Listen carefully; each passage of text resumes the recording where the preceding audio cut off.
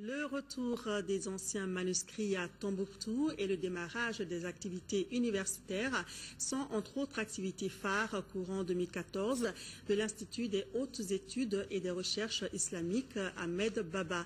Pour cela, l'Institut a besoin de près de 462 millions de nos francs. Cheikh Oumar Sangari.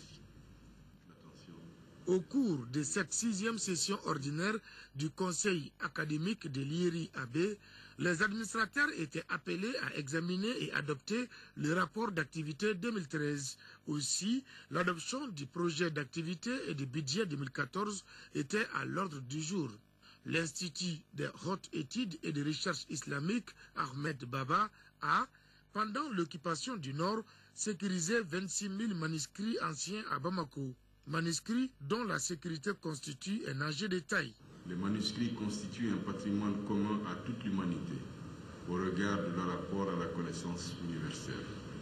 C'est conscient de cette situation que l'Institut envisage de numériser à Bamako l'ensemble des manuscrits exfiltrés pendant l'occupation du Nord avant d'organiser leur retour définitif dans les meilleures conditions de sécurité.